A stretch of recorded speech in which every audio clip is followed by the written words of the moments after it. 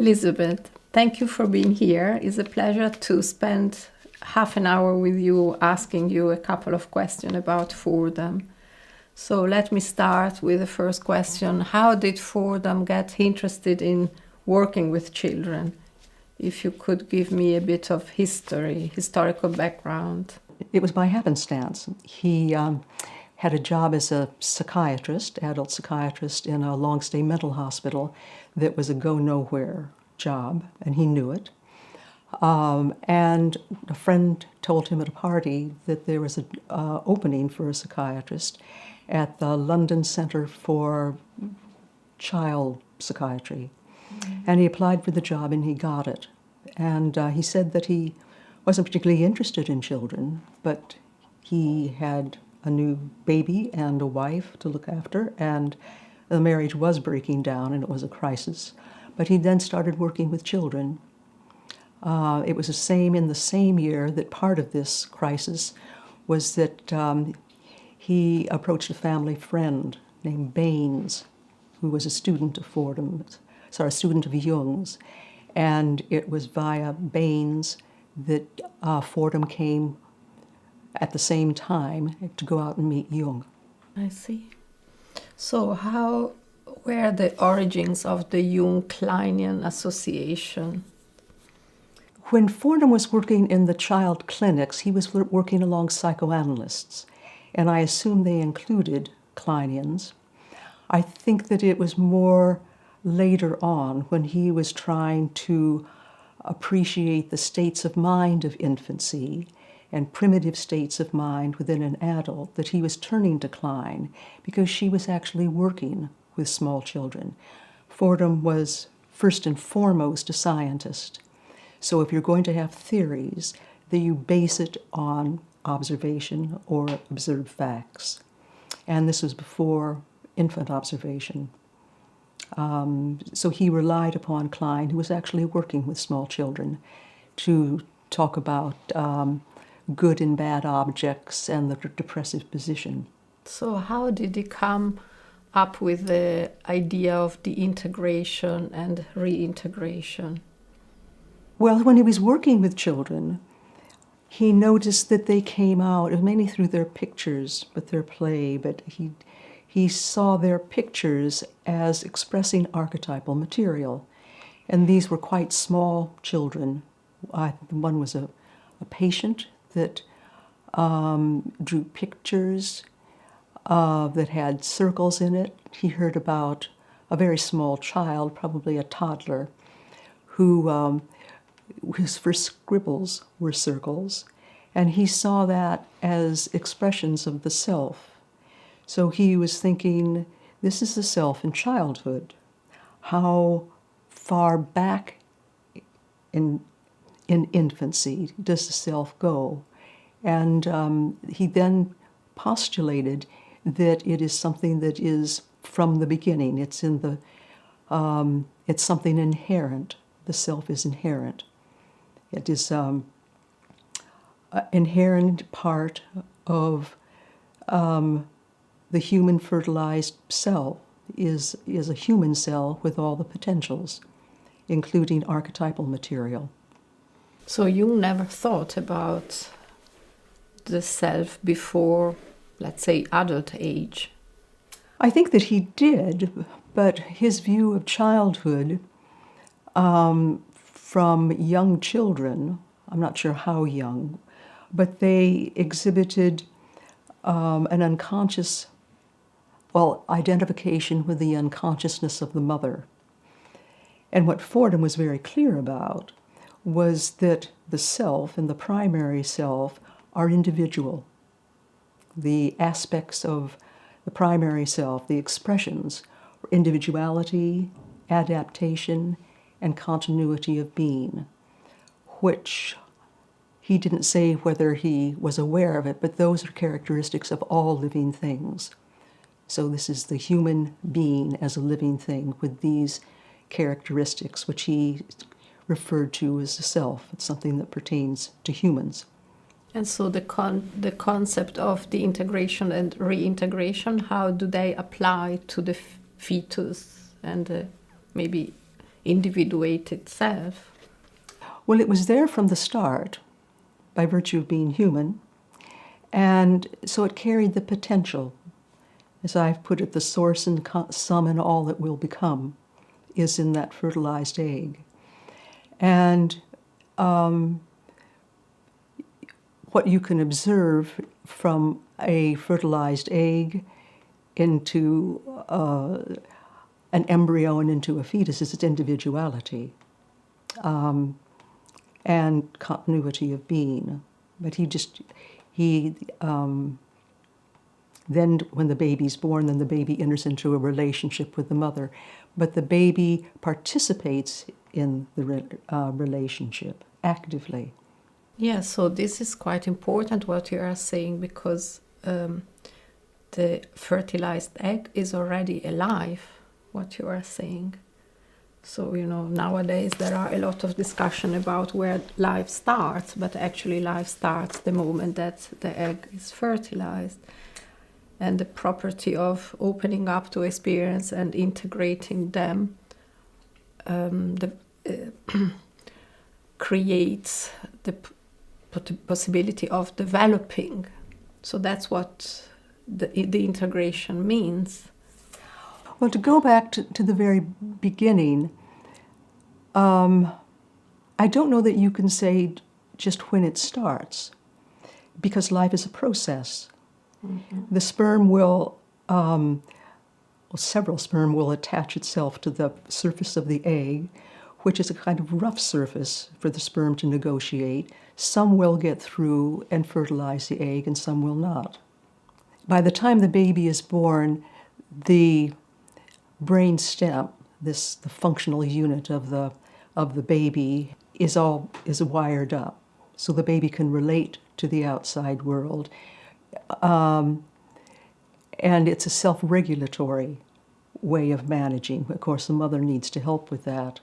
And then from infant studies, we know that the baby has the mammalian brain in the baby starts to come online, and it relates to the mother. And then there are other changes in the neurology of the baby, and the baby starts to become interested in physical properties. And at the end of the first year, when the human brain, as they call it, the prefrontal cortex, comes online. So it's all process. Fordham thought of deintegration and reintegration as the way the baby, certainly at birth, will respond differently to humans than to other things. They will respond to humans because they are human, and to contribute to a relationship. Then there's this it's called an unfolding of the self in relation to the environment that complexifies. It doesn't just develop in a linear way, the way I've made it sound. It becomes more complex, which means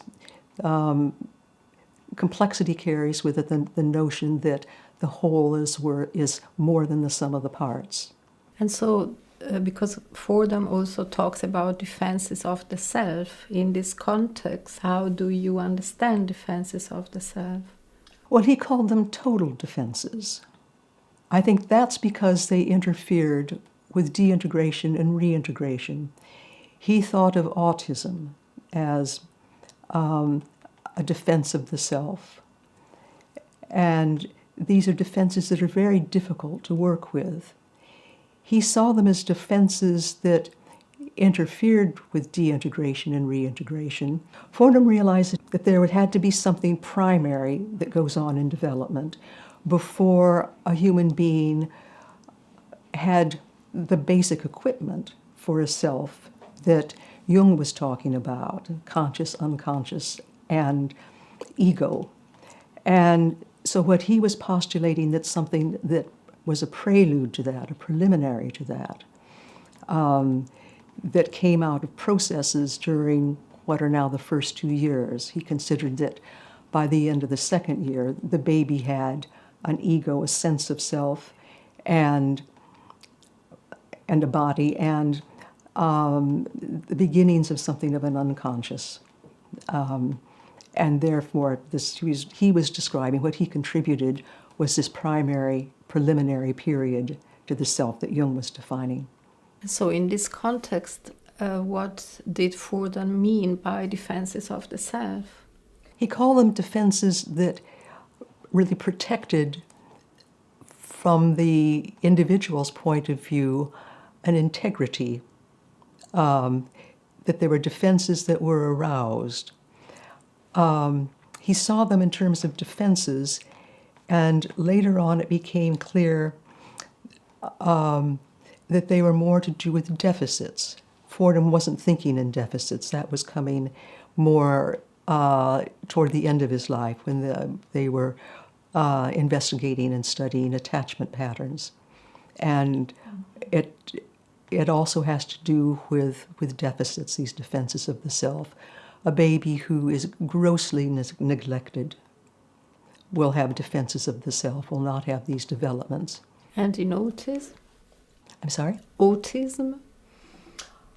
Well, autism were defenses of the self. They seem to interfere, at least with I think the children that he was describing, they didn't have an inner world, he didn't feel. They didn't have fantasies. When you're working with children, you rely on their fantasies as well as their feelings. And Fordham realized that autistic children didn't have fantasies. So something had obstructed the formation of fantasies. So they were not integrating and reintegrating any longer, could we say? I think that he did consider that they were deintegrating and reintegrating, but there were limits on that. For example, they wouldn't be able to have much imagination.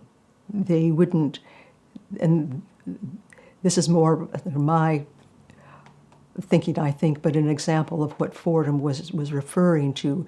They wouldn't have the capacity to infer that there's a mind behind someone's face, which is typical and universal and archetypal by the time a child is a year old. So I understand that what you are saying is that from fetus to adult, there is a primary self that through the integration and reintegration opens up to experiences and become a more complex self in adult life. So what happens to the primary self? It disappears, it changes into a more complex self, or something of the primary self remains in the individual? Well, certainly primitive responses, fight, flight, freeze, which is very early, that remains. But I think the functioning in the primary self, it complexifies. And so what the self is can no longer be reduced to something or the sum of its parts. It's more than the sum of its parts. That's very interesting. So tell me why Fordham got interested in infant observation, and why do you think that infant observation is important in a training as for people who want to become child or even adult analysts? Fordham, before he knew about infant observation, was turning to people who did work with children. But he saw their work through their orientations. And then one of the first child trainee, when Fordham set up the child training at the SAP, went and started taking an infant observation at the Tavistock. And Fordham was very interested. Fordham, he may have heard about it, but here was a patient of his who was doing the training, who was observing actual babies on a systematic basis. And then there were 3-4 trainees, and he had them do an infant observation. And then an infant observation was set up as part of the child training led by Jana Williams. And he would hear about the infant observations from the patients of his or the supervisees that he was working with. And he started coming to the infant observations. And it's important to understand that Fordham, at basis, was a scientist. He had a model that was really very empty intentionally until it could be filled in with facts. He could only fill it in with facts from clinical material, but here were actual babies. Well, I think that he was both fascinated by them and impressed, but also well aware that they did confirm his model, that he wasn't wrong. So he came to the infant observation seminars in order to find a confirmation or in order to reassess and readjust his theory. Yes, he made it clear, certainly to me, that if the infant observations were inconsistent with his model, he would have thrown the model away. Mm-hmm. But he did intelligently leave it quite open and just an outline of this pattern: primary self, deintegration, and reintegration. So, and why do you think it is very important for an analyst to do or have done an infant observation? Well, first of all, they're observing real babies. And it's easy to fantasize. I think when you do an infant observation, you are aware that a baby who is 6 months old is different than a baby who is a year, who is different than a baby who is 2 years old. And they do it from experience. So they've seen actual babies. And I think that they've also have a sense of the state of mind that infants can get into and the impact upon mothers. And that also when patients talk about, say their mother died, with infant observations, you have an idea of what it would be like for a 6-month-old whose mother died, a year-old baby whose mother died, and a 2-year-old baby whose mother died, or became ill, or whatever. And what about primitive states of mind in adult patients then? As with babies, they're direct and immediate. And one reason it's important for analysts to have analysis beforehand is that they become familiar with these various primitive states of mind. So can be a resonance that ideally the analyst is open to a resonance from a patient that may seem very irrational, whether it's feeling suddenly ill or suddenly feeling like crying. It may not always be aware of it, but these kind of very primitive feeling states can easily resonate because there's a sounding board within an adult who is familiar with their internal world. Mm-hmm. So how can we distinguish, for example, a Kleinian way of interpreting from a Fordham way of interpreting, working with children and maybe also with adults? I think that there are two categories that I don't know exist now. I think that at the time, during Fordham's time, that it was considered that talking using Kleinian interpretations, which were body, and were aimed at getting at infantile states, the baby destroying the breast, the baby refusing the breast and annihilating it. He did use bodily interpretations as a way of getting to the primitive, but I don't know that it's relevant anymore because it is a separate language that the patient needs to get back to. I think that with children, I remember a little boy that I worked with was really quite alarmed when I referred to his Willie. And I don't know that that's done anymore. I think that there are other ways of getting to that material, but I think it became controversial. But at the time, it was a language that could be used with the intention of getting to primitive parts. So how would a Fordham trained therapist or analyst interpret? I think that then, this is sort of in the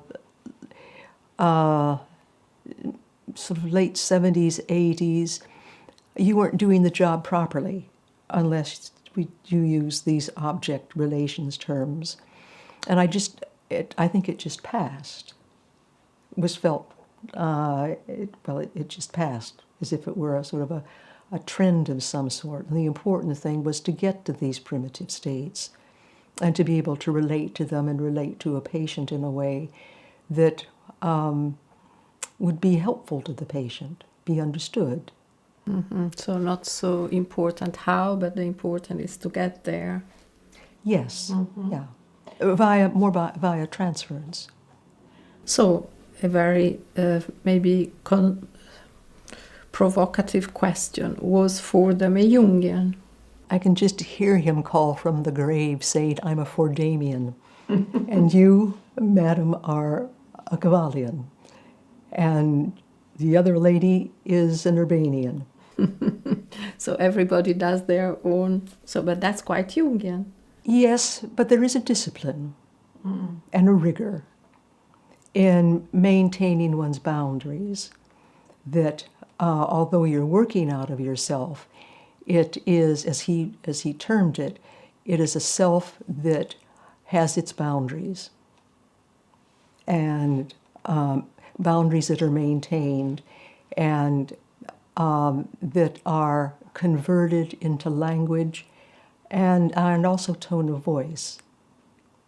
I think that what, in a way, might have replaced the notion of using body parts, the way it was the Kleinian fashion, is more handled now with a tone of voice. One's tone of voice is part of the instrument that one has to work with, as well as countertransference. Do you think that there is a sort of parallel between the idea of a primary self and the breast at some level? A sort of all-encompassing self with a little point, which would be the beginning of the ego. My mind turns to a video of a baby at birth. It's called the video is called "The Amazing Talents of the Newborn," and it shows a baby being born, and he's been handed to his mother and placed on her abdomen. And what he does, he's not been washed off or wiped off. What he does is that he crawls up her front and then attaches himself to the breast. And he does it by looking up and crawling, and then he puts his thumb in his mouth. And the commentary talks about what he has of the smell of the amniotic fluid is similar to what first comes out of the mother's breast when she is starting to feed. So he's connecting the smell with an external. He's moving up. He is noticing curves. We now know that infants use amodal perception. They're not different sights and sounds. They are to do with contours, intensities, and rhythms. And so he is putting together his experience inside the uterus. There are no sharp edges. There are no flat walls. It's all curve. So these curves make sense to him. And the same with the mother's eyes. It's noted that humans have more white to their eyes, which means that their pupil stands out as round. So the astonishing thing is that the infant at birth is putting all of this together. And that's very much Fordham primary self functioning. And the integrating. And deintegrating, And having a new experience, yes. Good. So thank you so much for your time. Well, thank you, and also thank you to our colleagues in Moscow.